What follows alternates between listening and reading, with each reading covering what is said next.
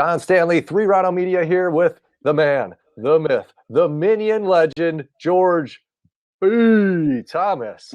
What's And up? after a week off, we're back in the saddle talking about the rising together concept of finding mentors. And I know that you've had a fun past week getting to hang around with one of our mutual friends and mutual mentors. So I'm sure you'll have some fun stories to share. But wanted to start out by talking a little bit about the concepts of what a mentor actually is and what that means to you.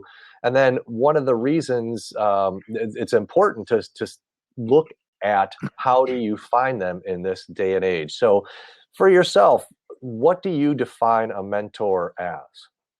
I mean, for me, a mentor is somebody that I can learn from, somebody that I can pay attention to, somebody that's going to model some type of action or trait or ability, if you will, that I want to inject into myself, into my life, into this mold or this vision of what the perfect, George B. Thomas would be if you know what I mean? Absolutely. Absolutely. And I think it's the exact same thing. A mentor is somebody that you can learn from. And the way that I frame it a lot of times for myself is somebody that I'm going to want to do a little bit of deep dive on.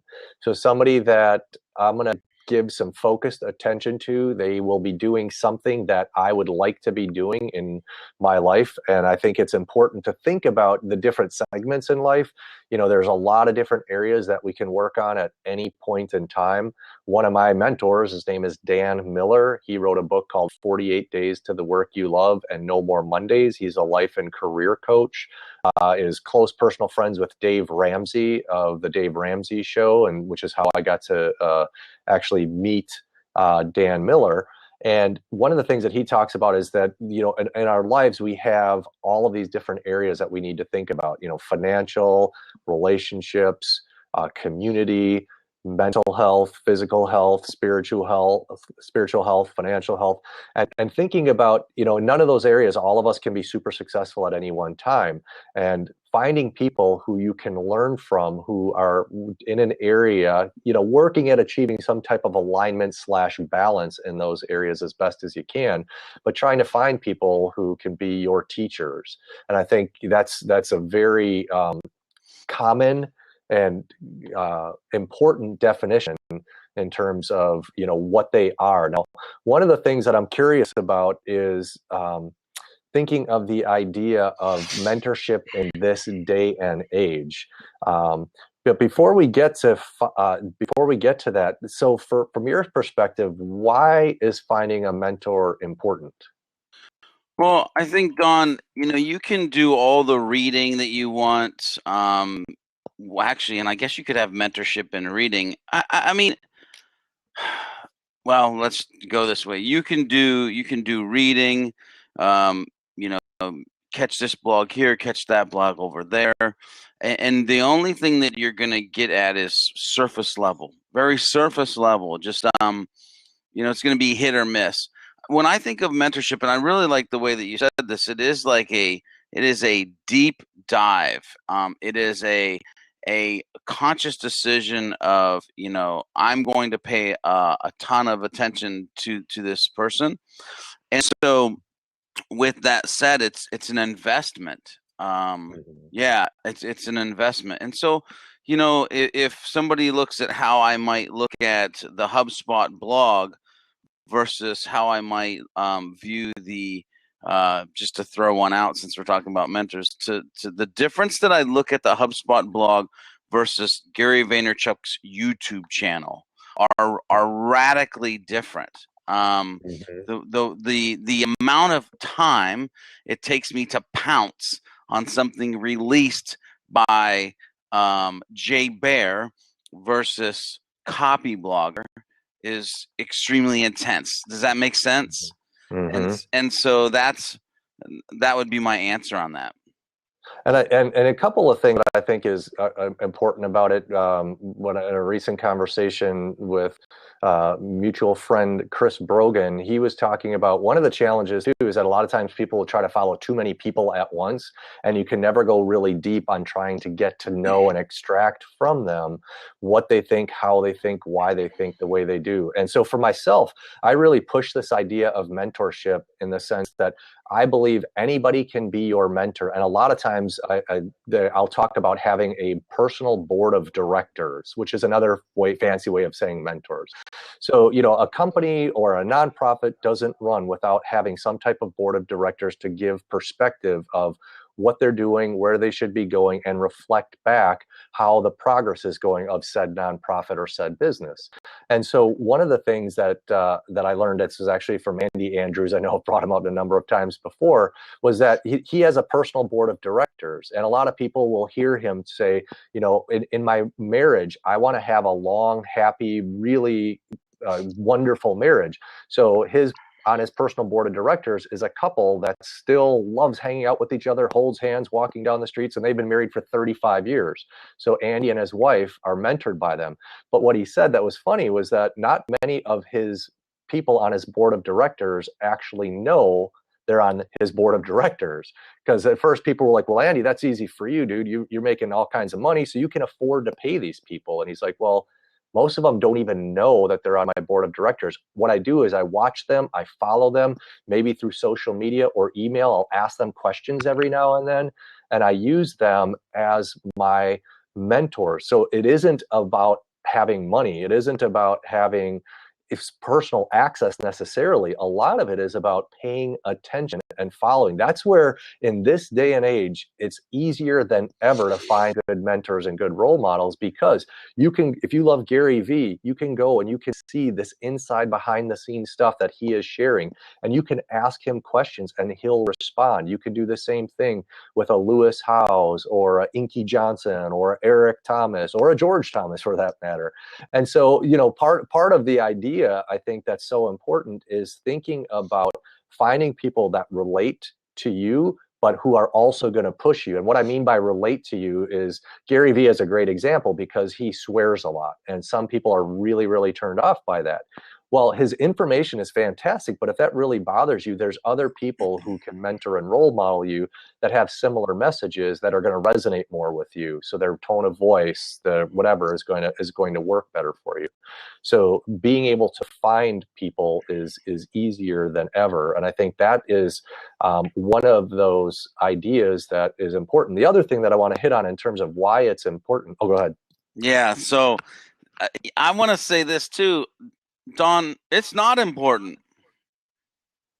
It's not important. No, it's not important to find a mentor. It just isn't. Like, just don't go find one.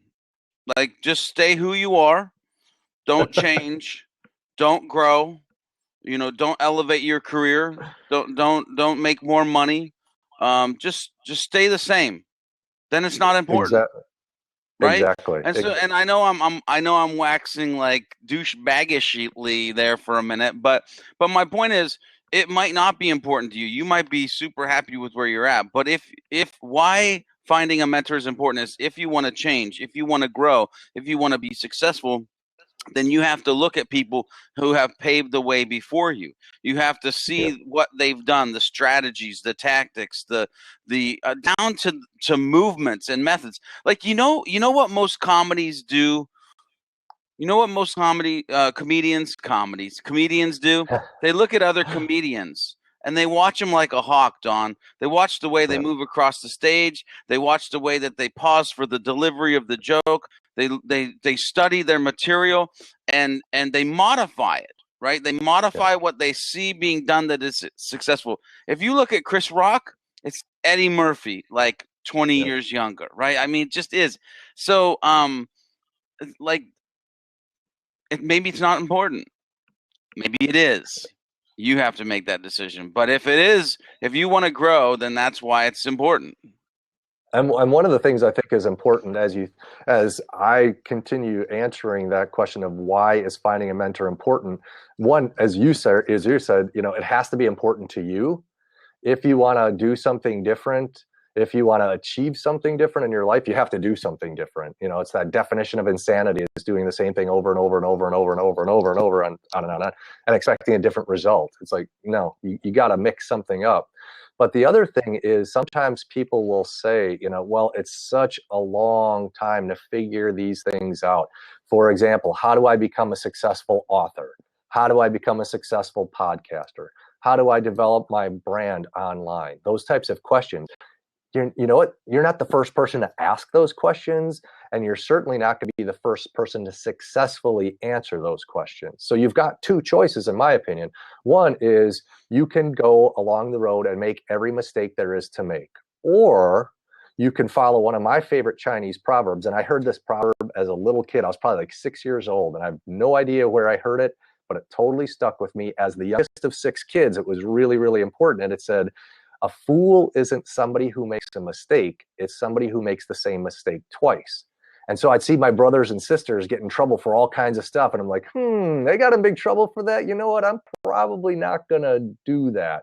And one of the cool things, if you want to scale and do things rapidly, is you role model people who have done something that you want, and you start looking exactly like you said for those patterns, the things that they're doing. The way that they're thinking is actually more important, in my opinion, than actually what they're doing. What questions are they asking when things go wrong in their mind versus other people who give up?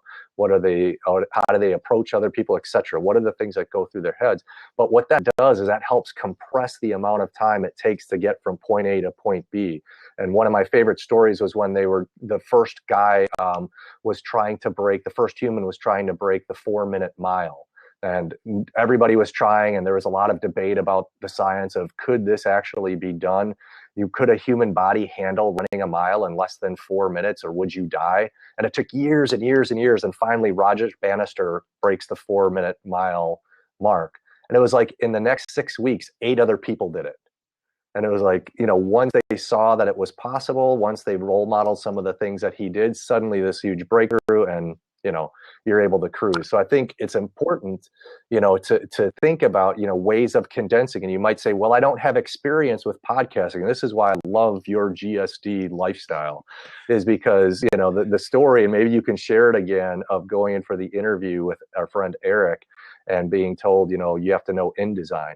But the idea that, you can compress so much and accomplish so much in a much shorter window of time if you have good mentors, good role models. So do you mind sharing that story? Yeah, I can share that. And it's funny because we talk about this whole thing of GSD and get stuff done, and not really what we should talk about is the root of why that's even possible, right?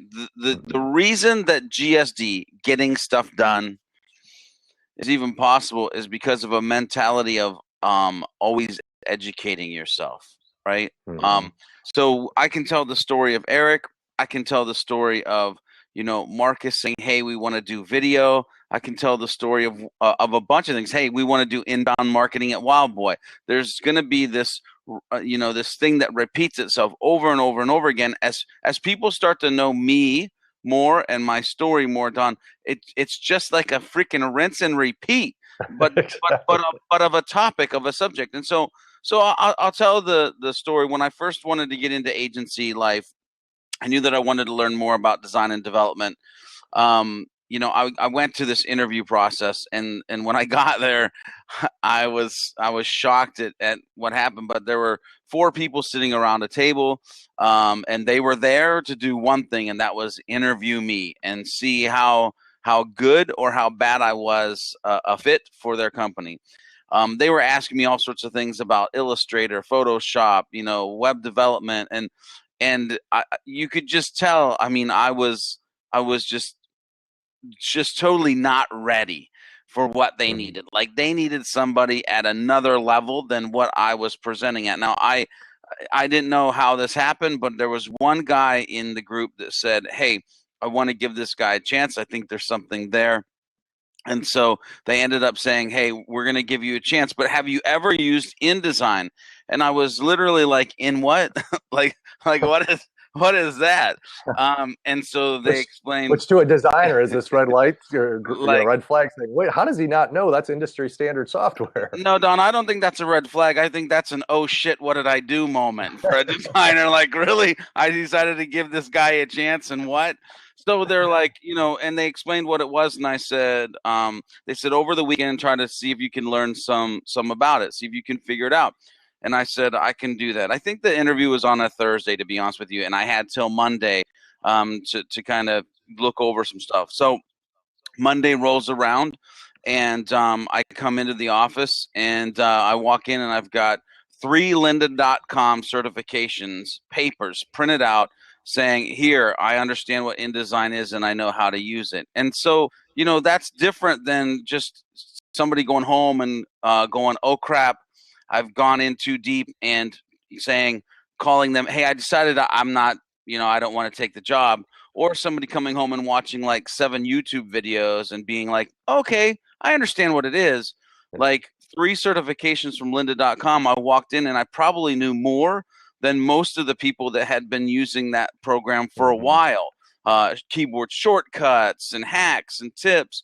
And dude, I just, that's what I do. Like, it just doesn't matter what it is. Like, even if you go back in my history of like, when I left the Navy and went and worked at a Christian camp for 3 years out of my life, how do you think I became a certified rappelling instructor, archery instructor, lifeguard, a horseback riding instructor? It was because I would rinse and repeat this process of like all in-depth learning, know it all. And here's what makes it, here's what people have to do. I don't know how to get this across, but you have to educate, and then you have to freaking implement. Educate, implement, educate, implement, educate. And if you really want to learn it, if you really want to like just nail it down, it's actually educate, implement, and educate somebody else. Educate, implement, and educate some. And if you can do those 3 steps on anything, any topic, any software, any strategy, you will decimate the space, bro. It'll just be in there, and you'll be able to crush it. The other thing I want to step back to, because what I don't want people to think is that when we're saying you need to find a mentor, it's like finding one person, right? Because we're in the place where like you can have a mentor that could be 5 or 6 people. Okay. So for instance, if I want the bravado of Gary Vaynerchuk, I bring him into my mentor, if you will. And I want the smoothness and the slickness of speaking in front of an audience of Marcus Sheridan. I pull him and I bring him into my mentor, my box, my vision space, my attention area. And so you can have these little pieces that become a whole that you're like, yep, if I take all those sections and I put it into this guy right here, then that's what I want to be, right? It's not like, well, I just want to be the next Jay Bear, or I want to be the next Marcus Sheridan, or I want to be the next Gary Vee. No, I want to take things that y'all are doing, and I want to be the Don Stanley, or the, Francis Bowman, or George B. Thomas, or whoever. Like literally, that's the mindset that I go about this whole mentorship thing. Well, and I think that's why I just woke up, Don. I think I literally just woke up. I don't know, like I was fuzzy there in the beginning, but I'm here now. And I like what Laura says in the sidebar is that mentor sphere. And that's why I love the idea of the board of directors is picking people. Because one of the challenges for me when I was first starting out is I tried to find the one perfect fit. And, everybody's different in different areas. And there's certain things I liked about this person and certain things I liked about that one. And then some things that I didn't necessarily agree with. And like, for example, Gary Vee is one of my favorites because I know from everybody I know who knows him that dude is as genuine and as real as possible. But I hardly ever swear. It's just not part of my makeup. I don't really care. But I can take so much from him in terms of his passion, in his authenticity, in his drive, and his willing to experiment, and his real caring for people and the work that he does. That why can't I borrow those elements? And I love that you say that because that's one of those things that you can do. It's a lot like cooking and being a chef who either says, hey, let's take these ingredients because I know that these ingredients were in this meal. I'm just going to test them out versus I have to have the exact recipe. And I think that's kind of, this concoction of you experimenting and learning. I love that, repeatable framework, educate, implement, teach, educate, implement, teach. And I mean, it's that simple. Don't complicate it. Yeah, man. Like, it is. And it's funny because I love this. LJ works online. We want the traits, the drive, but we don't really want to be anyone but ourselves. I totally agree with that. I'm totally down with that. And Don, Francis nailed it. Francis said I have a HubSpot hangover, and I probably do. It's been a long week, dude. I've been in Boston since Sunday night, right? So, I just got home yesterday, and so, but this blab is waking me up. You mentioned something, Don, that I want to hit upon, and it's not really about mentorship, but you mentioned the word twice. I heard you say it twice in just the last segment. And that's about experimentation or experimenting, right? Mm-hmm. And that's another thing that I think if people get used to just diving into something new for a little bit here, there, and everywhere, like, I've been doing this whole Snapchat thing. I fell in love with Snapchat. Like, if I would have just been a resistor and said, screw that, like, that's for the kids, like, I would have never realized the depth of relationships that I could have built with people. Literally, I started following a guy because he started following me on Snapchat, and I got to meet him at HubSpot because he's a platinum partner and just made platinum partner, just decided to fly into the event that I was at.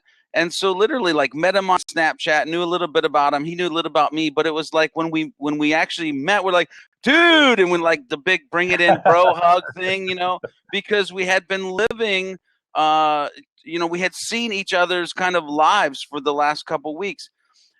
I want to just mention this. There's a new app out, like recently, app Anchor, right?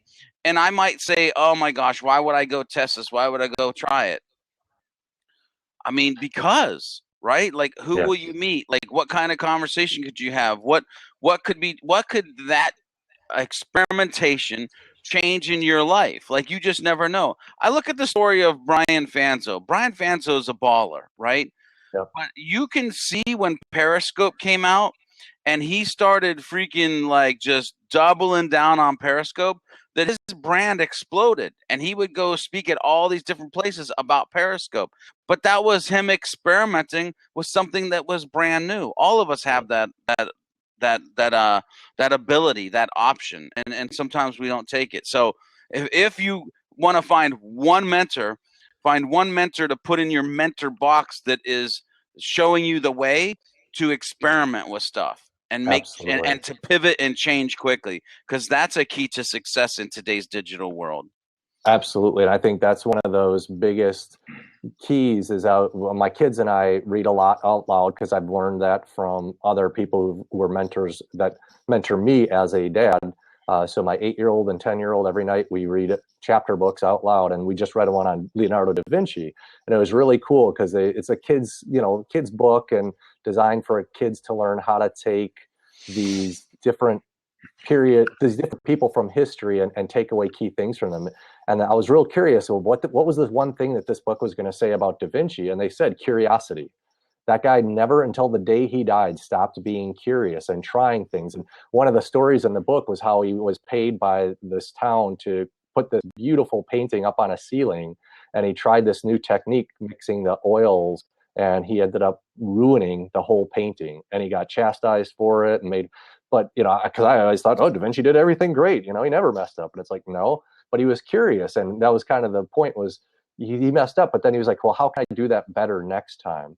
And one of the other things that I know I learned from one of my key mentors was I grew up in a factory type family where people in my area went to work in factories. That was it. I knew I wanted to go away to college. I know I wanted to do something different. And I kind of slid into starting a business. And I literally knew no one who had ever started a business. And so I found this guy who is a mentor, became a mentor. And I said, what's the key to being successful in business? You've got a couple of successful businesses. What is it? And he said, well, have you ever heard the Small Business Administration stat that 9 out of 10 businesses fail in the first 3 years or something, 2 or 3 years, something like that? And I've heard that before. And he goes, there's your answer. I'm like, what? Mm. Can you say that again? He goes, 9 out of 10 small businesses will fail in the first 3 to 5 years. And I'm like, okay, what the heck is this dude talking about? And he goes, I just gave you the answer. And I said, what is it? He said, start 10 businesses. That's it. Experiment. Keep experimenting until something sticks. Yeah. And unless you're willing to do that, messing around with different digital media as it comes out, like a Periscope, because I know Fanza was trying to do stuff before Periscope, but he kept going. And now he hits. I think that's an important thing. If you study great people throughout history, that's one of the huge things, is that they all frame the idea of failure differently than most other people. And they see it as experiments. And instead of saying, man, I screwed up, they're like, I wonder what I could learn to do that better next time. Yeah. And it totally changes the perspective. So. Yeah, dude. So you said curiosity with Da Vinci, and I love it because I actually have a spirit animal. Not many people know this. I have a spirit animal. I put the link in the chat pane to my spirit animal. Anybody who wants to click on that link, you'll see who I really embrace with on a level every single day. Yeah, and I'm sure there's people that have clicked on it or are laughing their butt off right now. But literally, this is something that I always keep in the back of my mind, right? Yeah. See, we're getting laughs in the chat pane. Like, that is my spirit animal. It just is. Just is. Have you gotten to the link yet, Don? I have not yet. It's Curious George. Responding. It's Curious George, brother. It's a big old picture of Curious George. And so for me, that's true, though. Like, I am Curious George. Now, I'm not a monkey, don't get me wrong, but I'm always trying to see, like, what's the next thing? What can we do? How can we fix this? How can we break this? How can we push this to the next level? And it's just a fascinating place to live in. It really is. That's one of those things too, where when you look around for mentors and role models around, that's one of the best things about being around people who are different than you. So for example, I love hanging out with my kids and letting them dictate what we do, just to see, how do they explore stuff? Because I have these rigid ways of a day is supposed to go this way. And I said, okay, girls, because every Saturday morning, my wife goes off and does some things for herself, and it's our time. And I got to the point of just saying, you guys tell me what you want to do, and whatever you do, I'll follow along. And it was really refreshing to see how differently they look at the world and how much more willing they are to try things than we are as adults. And I'm like, that's, a great reminder that part of the reason they get excited about doing lots of different things and have fun in ways that we sometimes as adults don't, is they don't go in with a ton of preconceived notions. They just go in and say, hey, can I have a good time trying this? If they mess up, trying to rollerblade or skateboard, what do? Get right back up and do it again, and they laugh it off and they move on. And so some of those things too, some of those lessons can come from places really close to us as well. Laura's got a question that I'm going to put up on the screen, and it says, should we count on a mentor for our own accountability? So what do you think of that, Mr. Thomas? Should we count on a mentor for our own accountability? I don't think it's your mentor's job to keep you accountable. I'm going to answer by starting out that way. I think it's your job to keep yourself accountable, or to set up, and could be a totally different blab, an accountability partner, right? So, for instance, I didn't go to Gary Vee, Jay Bear, Marcus Sheridan, and say, hey, can y'all keep me accountable? Because I'm trying to be like you. But I do come to this blab every single Friday, and I do have Don as an accountability partner, and I do have Darren Bernstein as an accountability partner for who am I trying to be, who am I trying to become, especially with trying to create a smaller George, and lose weight over time. Like, I've set people that, Here, this is interesting. I'm just going to riff with this because I don't even know where this is going. But I think it's more, the accountabilities are people who are in line with you, meaning same level with you. Mentors are people above you. And so I think that accountability and mentorship will always live in two different spaces. I love that. And Matt in the sidebar, he works in career services at a university, and he says that for accountability partners, they call them Alabuddies. Which is kind of a funny way of no. Abilibuddies. A Billabuddies, excuse me. A Billabuddies. Come Billabuddies. on now. Come on. I got to work on my reading skills. A I don't have the Billabuddies. excuse of HubSpot. A Billabuddies. I love it. I do. I love it. But and that's exactly, Laura, is that it's a great question. But one of the things that you have to understand, and we all have to understand, is that we can't look for mentors to achieve what they have achieved if we don't really know why we want to achieve it. So, for example, I'm in a mastermind group of entrepreneurs, and there was somebody in the group this week who was talking about how great his business was doing. He has a small business, the employees are doing great, really loves it, has found this rhythm in his life as a parent, as a husband, et cetera, et cetera. And the business is doing well, and they want to keep it small, but they feel like they need to double their revenues this year. So they wanted to find a mentor to double the revenues. And I said, the way you're talking, it sounds like you just want to double revenues just to double revenues, but you sound concerned that it's going to take away time from family, from friends, and you're doing it just because you think that's what some people have told you should be doing. It's not really what you want to be doing. Can you explain why you want it? And he couldn't explain. It was like, well, that's what other people say I should be doing. And I'm like, well, what are those mentors' family lives like? What are those people's employee relationships like? And they weren't good. And I said, well, you need to get to the core of why you want this. And maybe if you dig deep enough, you'll find that you're where you're supposed to be. You just need to be better at celebrating and appreciating where you are, rather than feeling like I need to push. So sometimes people will say, I want 10,000, followers, or I want to be the next Gary Vee. And then they get to being Gary Vee and they realize this sucks. I don't like it, because they've never taken the time to say why they want it. They just assume that it's what we should be doing because it's what society says. Yeah. So the best accountability is to take that step back and say, well, why do I want to be the next Marcus Sheridan? What do I love about Marcus? And Marcus is one of my friends, but he's one of my huge, huge mentors. And the reason Marcus is one of those mentors for me is because he's trying to change people's lives with the work he does. He just happens to do it with inbound and digital marketing.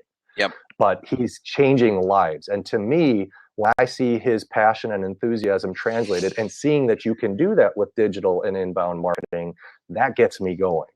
But if it was just like, hey, I want to run a big agency like, so-and-so is doing, I know that I would not be happy doing that, because I need that type of meaning in the stuff I'm doing.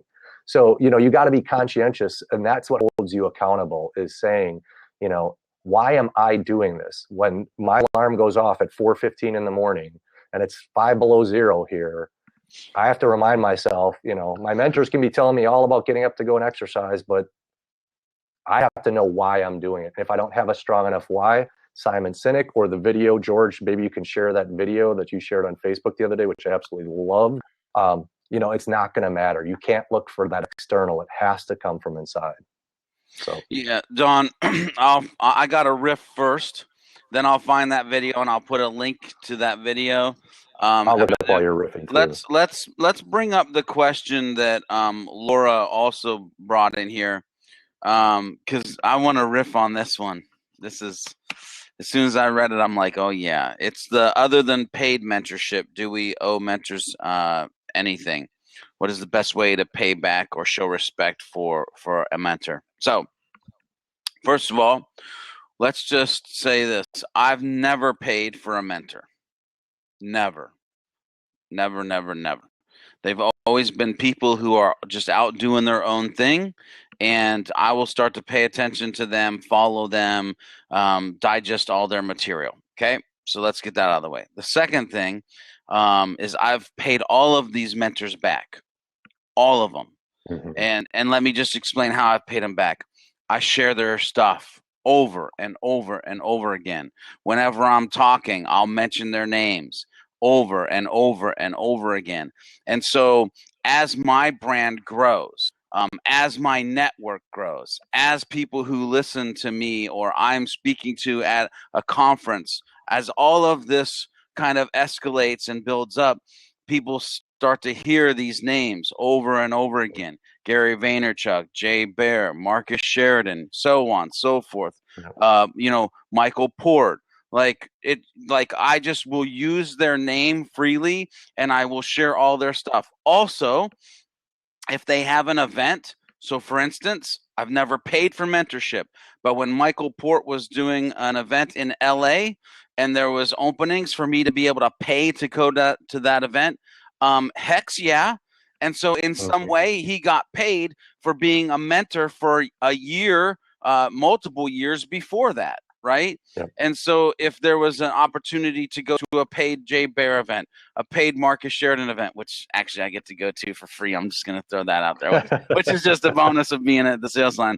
But, you know, for instance, Gary Vaynerchuk, paid, if there was a paid Gary Vaynerchuk, go sit there, learn from the master, I would pay double the fee if it was possible because of everything that I've learned from these multiple people. So that's how I would pay back, right? You look for opportunities. Like if I go to, or I should say, when I go to Social Media Marketing World, not only will I go see Chris Brogan speak, but I'll tell everybody that I talk to on the plane, walking down the hallway, in the freaking toilet, wherever I'm at, I'll be like, yo, you got to check out that Chris Brogan dude. He's awesome. That's payback. Absolutely. That's payback. And you know, and if I live that way, and if I'm ever speaking, I know that there will be people out there who I have been their mentor and they have seen that piece of me and they'll be in the restrooms going, you got to check out that George B. Thomas guy. Yep. Right. Yep. So that's how I get paid back, by paying it forward. And I think that's so true. I mean, I get to do that a lot. Like I've got example after example where that's what, you know, hey, first of all, what I always do is I reach out to whoever is helping me. Even if what I do is I follow their stuff ahead of time, and then I will go to them and I will say why I love what they're doing, and I'll be as honest and as transparent as possible. So with Marcus, as an example, I met him 5-6 years ago at an event in Tennessee, and we had connected through mutual friends online, but I was just so awestruck when I saw him present in person.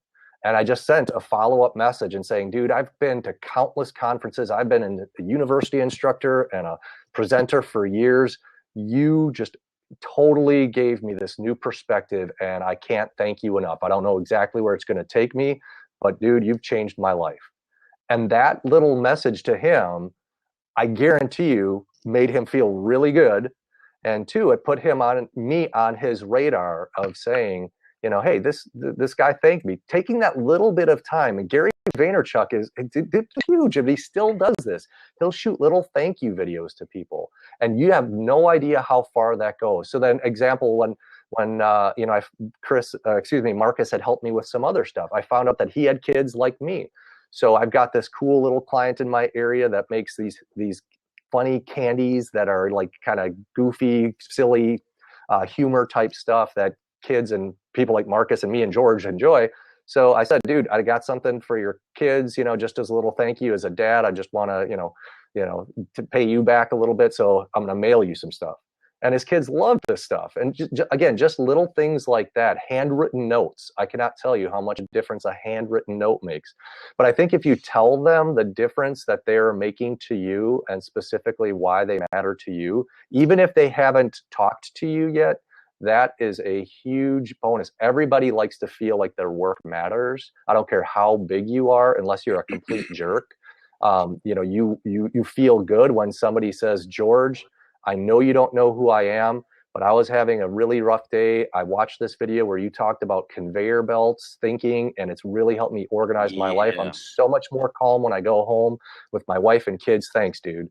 You know, and it's like, that feels good. And then the second thing, as you said, is you start promoting those people like crazy, and you share their stuff and you be helpful to them, because that's what you can offer. Is you can offer your community who doesn't know about them information about why they should care about them. And that goes a long, long, long way. Yeah, and I want to dig a little bit deeper on something you said, because I don't think people really pay attention to this, Don, is that you said tell them, okay?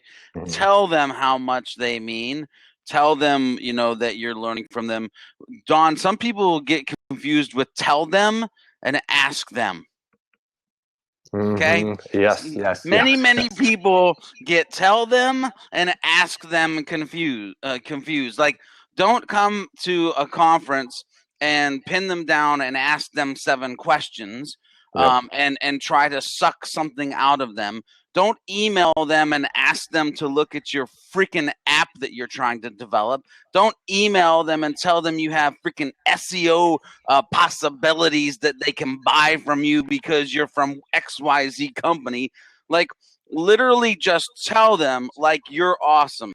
Like, one of the best moves that I ever made in my life was I sent a simple email telling Marcus, hey, I think you're cool because you did XYZ. And that was the email. That was it. I didn't ask for Jack. I didn't, like, ugh!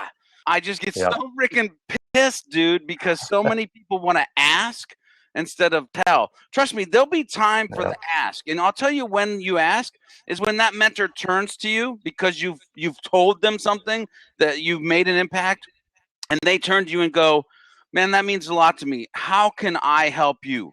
Yes. Then ask. Because we're ready to fill you up, right? We're ready to let go of some of the energy, some of the information, some of the knowledge. But if that's your first out the gate thing, no, like I don't like, be a giver, not a taker. And absolutely, and I think that's one of those biggest one of the biggest things is, you see yourself as a funnel. So that was one of the things that I wish I remembered who taught me this, but they say, what happens when a system, what's another word for when a system gets clogged up? Like it gets constipated. Is that a pleasant thing to talk about? No. So what happens when you have that one person, when everything comes to them, they stop it there. They take the credit. They take everything. Nobody likes that person because they're hey, look at me, but instead being, hey, this person has helped me out. I'm going to funnel what I learned on, maybe give my own take on it, but I'm going to mention this person every time I'm going to be the funnel that flows things along and helps things expand and spread and have bigger impact than you could do in any other way. And I think that's really important. There are so many people. It's like, you follow them on Facebook, or you follow them on Twitter, or you allow them to connect on LinkedIn, and suddenly the very first thing they do is they're asking you for stuff. And it's like, we don't even know each other and you're asking for stuff, versus somebody who you see sharing your stuff over time, and then they say, okay, look, I have a question for you. Can I ask that question of you? And they're like, well, of course, you've been helping me out. And a lot of the great mentors know it is not about money. They know that they've been in the same position as you before. And if you do it in a way that shows you're sincere, I've had huge opportunities with some really amazing people. I have yet to have somebody say no to me when they can tell that I'm coming from a place of trying to learn and help, rather than, hey, I need you to sell my app. I need you to buy my software. Yeah. So yeah, dude. So I gotta tell you a short story. We're gonna go sideways for a second, and then we can swing back into this. You reminded me of an idea that I came up at when I was at HubSpot. We went out to dinner with some folks, and we got on this topic about, like, I don't even know how we got there. It was just a really random conversation we had, and I came up with a T-shirt idea for inbound. And it's all going to make sense why I'm telling you this story right now. But I literally want to make a T-shirt that on the front, it says, is your inbound marketing constipated? And on the back, it says, nobody likes that feeling, ... thesalesline.com. Dude, I totally want to make that T-shirt for inbound this year, because people would look at that and be like, what? That's hilarious. Your inbound marketing, or and then I think we transitioned it actually to is your HubSpot portal constipated, right? And then it could be like a pro thing for like the hit workshops that we go do or whatever. But anyway, totally craziness. Total craziness. But yeah, and that's one of those elements again of thinking it, and people will recognize that. One of the biggest thrills for somebody who has made it, that I have learned, because I'm not in that category of made it yet, but is seeing somebody take what they have done and running with it and doing good things with it. I mean, that is such a cool experience, and adding that, because that is not a payment thing. That's somebody devoting time. Simon Sinek talked about this in a recent video I watched of his. And he said, if you want to have an impact with somebody, sit down and talk with them, or record a video, or write a handwritten note. And the reason that's better than other ways of reaching out is because that person knows intuitively, and they might not say it logically, but they know intuitively you have taken time. And that taking the time, it's like buying a meaningful gift for somebody. It touches them and lets them know that they're important. And that type of interaction changes the dynamic, because a lot of these big names or whoever's a big name to you are used to having people come up and kiss their butts, are used to having, giving them praise on just real basic stuff. But if you can go deep and you can say, as a quick example, Marcus Sheridan, 5 or 6 years ago, wrote a blog post, and his blog post was about getting home late at night after a super long day. And the one thing he does at the end of every day is he gets on his elliptical machine for an hour. Doesn't matter what time of day it is. If he gets home at 11, he gets home at 11. He gets home at 12, he gets home at 12. And he talks about in that blog post how after 10 minutes he wanted to get off. After 20 minutes he wanted to get off. After 30 minutes he wanted to get off. 40 minutes he was feeling a little bit better. 50 minutes, okay. And at the end of an hour he felt better. So the point being that even though you don't want to do something, you train your mind and body to do it, and you'll follow through even when you don't want to do it. Thanks for joining in, Francis, by the way. And so I had a really long day. It was like midnight. I knew that I hadn't gotten a lot of sleep this past week. I knew that my alarm was going to go off at about 4:15 in the morning to go to my 5 a.m. class. And I'm like, dude, I've worked so hard this week. I deserve a day off. And for whatever reason, that blog post instantly popped in my head at that moment. And I'm like, damn, what would Marcus do? I'm like, he wouldn't sleep in. No. So anyway, I quick wrote him an email about that, and just said, dude, just wanted to let you know you're still mentoring me after all of these years. This blog post from 5 years ago, thanks.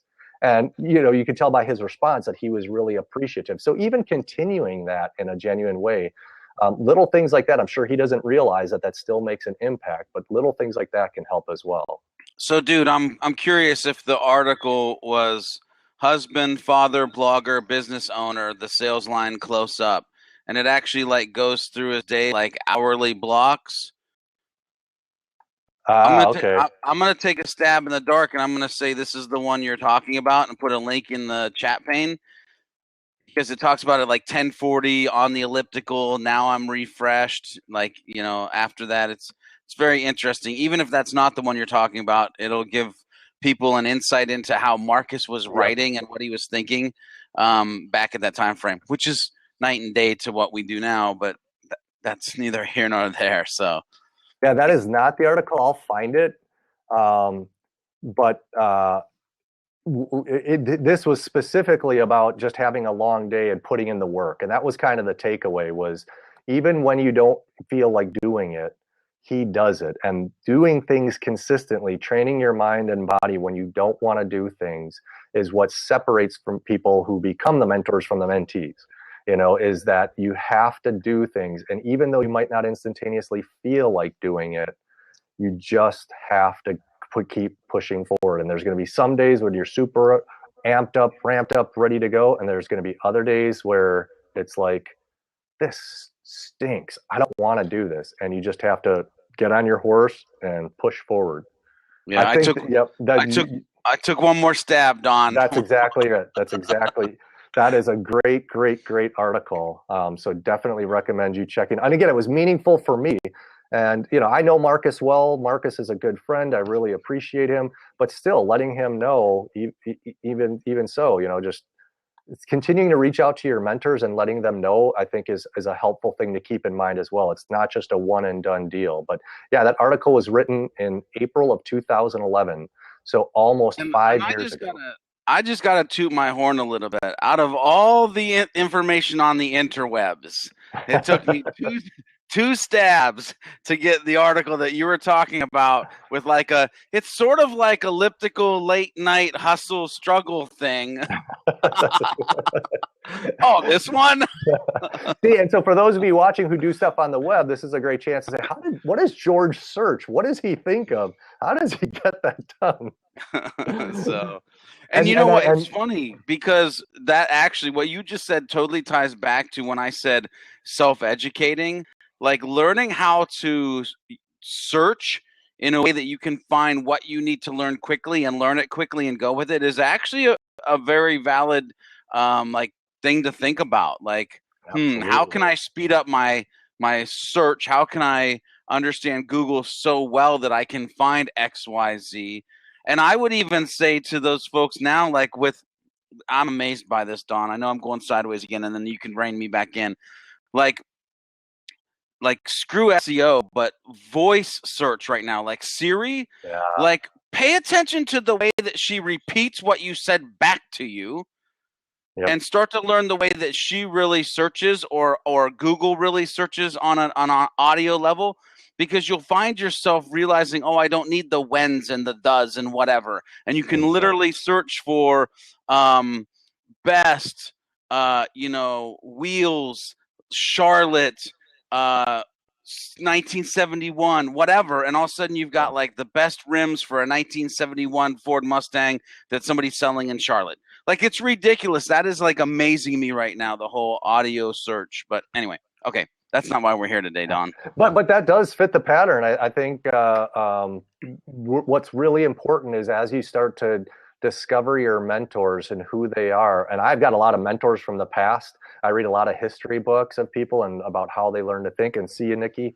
um, is how do they question? What words do they specifically use that help them frame things in a way that keeps them going? So yesterday, for example, I was listening to an old Tony Robbins CD from a long time ago, and he was talking about Walt Disney and how Walt Disney was turned down by 302 banks before he heard a yes. Now, there is no way on this green earth that I would try something 302 times and getting rejected. So what was he saying that was different? What did he believe? How did he picture things in his mind? Because if it's available to him, this is a really important thing to remember about mentorship as well. If it's available to him, it's also available to you. Now you might have a mentor who physically is 6'9" and really big and can play basketball well, and you can't. But when it comes to the mental components, almost unless you have something cognitively wrong with you, some type of cognitive challenge, you can do the same things. And so, thinking like a Siri, what would Walt Disney say into Siri if he just got rejected from a bank? What words would he use? Would he see it as failure? And reading history books is a great way to start to see how people think and why they think the way they did. And it's easy to look back, like for example, again at a Da Vinci, who's like today this world-renowned dude. Well, he had detractors back in the day. So how did he deal with those? Because not everybody was kissing the ground that he walked on, and he was a person who put his pants on one leg at a time, like we've talked about in the past. So if you can read some of his journals, if you can read some experts on what he did and how he thought and how he lived, you can tap into that and to start to adopt some of those mindsets. And that is like ridiculously valuable, because the one of the big realities of the world is whether or not you believe something to be true, it almost always is. So if you believe, I'm not smart enough to ever be good in this, and the space is crowded because there's a Jay Bear and a Marcus and a Murray Smith and a Gary Vee, what do I have to offer? Well, Fanzo didn't think that. He thought differently, right? So again, that idea and concept, I think, is really, really important. Absolutely, dude. Absolutely. So we are closing up on 1 hour. We got talking about framing. I would love to do another blab on framing. The other one too that we might add, and feel free to put in the chat pane any votes you have, is talking also about accountability partners and how those accountability partners come into play. I want to finish up really quick. Who are one or two of your mentors that you're using right now to help you with some of the things you're doing? I know we can't do a deep dive, but that was one of the things I said we would talk about. So just want to quick pick your brain on one or two mentors. Dude, I've totally listed a lot of them, but I will tell you two people that I'm paying attention to right now that I really didn't list. One is John Lee Dumas. Yeah, good one. And Oh, let's see. Actually, I did list the other one. So, You can reshare it for people who are catching but I want to give additional people here. So let me think for 1 second. Definitely John Lee Dumas. Oh, Carlos Gill. Very interesting dude. He was just on social media, and I don't know if I'd call him a mentor, but there are some things that he's doing. Very specifically, I am paying attention to him on Snapchat, and what he is doing, and Mhm. allowing him to mentor me in that small micro area. Yep. Okay. So Carlos Gill, I'll give a shout out. If you're not following him, you should. And John Lee Dumas for sure. Yeah, that's what I'll say.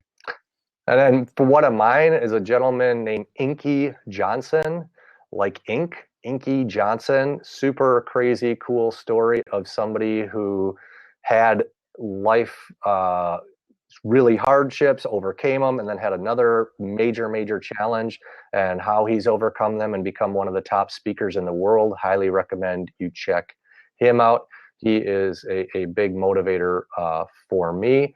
And then also another gentleman that I use quite a bit in terms of his books. He doesn't really have podcasts, but his books is a gentleman whose name is Eric Greitens, Greitens. He's a former Navy SEAL and a Rhodes Scholar, who's really interesting in terms of how to train your mind, train your brain to be a warrior both inside and out, and really cool stuff. So yeah, thank you, Laura. I love Inky Johnson. If you get a chance, check out Inky Johnson on the Eric Thomas Thank God It's Monday YouTube channel. Oh man, the guy is really cool, really cool. So on that note, we will be back 1 hour later than normal next week. Is that correct? Yes, I do believe that is next week. Is that the Yep. 4th? Is next week the 4th? No, I think it's the 4th. Hang Okay, on. no. So next week. Next week we're normal time, Okay. and then the 4th, it's Okay. later. Yes. And we'll make sure to announce that. So in the meantime, if you have any questions, feel free to reach out. If you want to make a vote for any topic, it looks like we'll be talking about both framing and accountability partners coming up in a future episode. Until then, thanks so much for taking the time to hang out with us. Hopefully we helped you on your journey, and we keep rising together. Peace.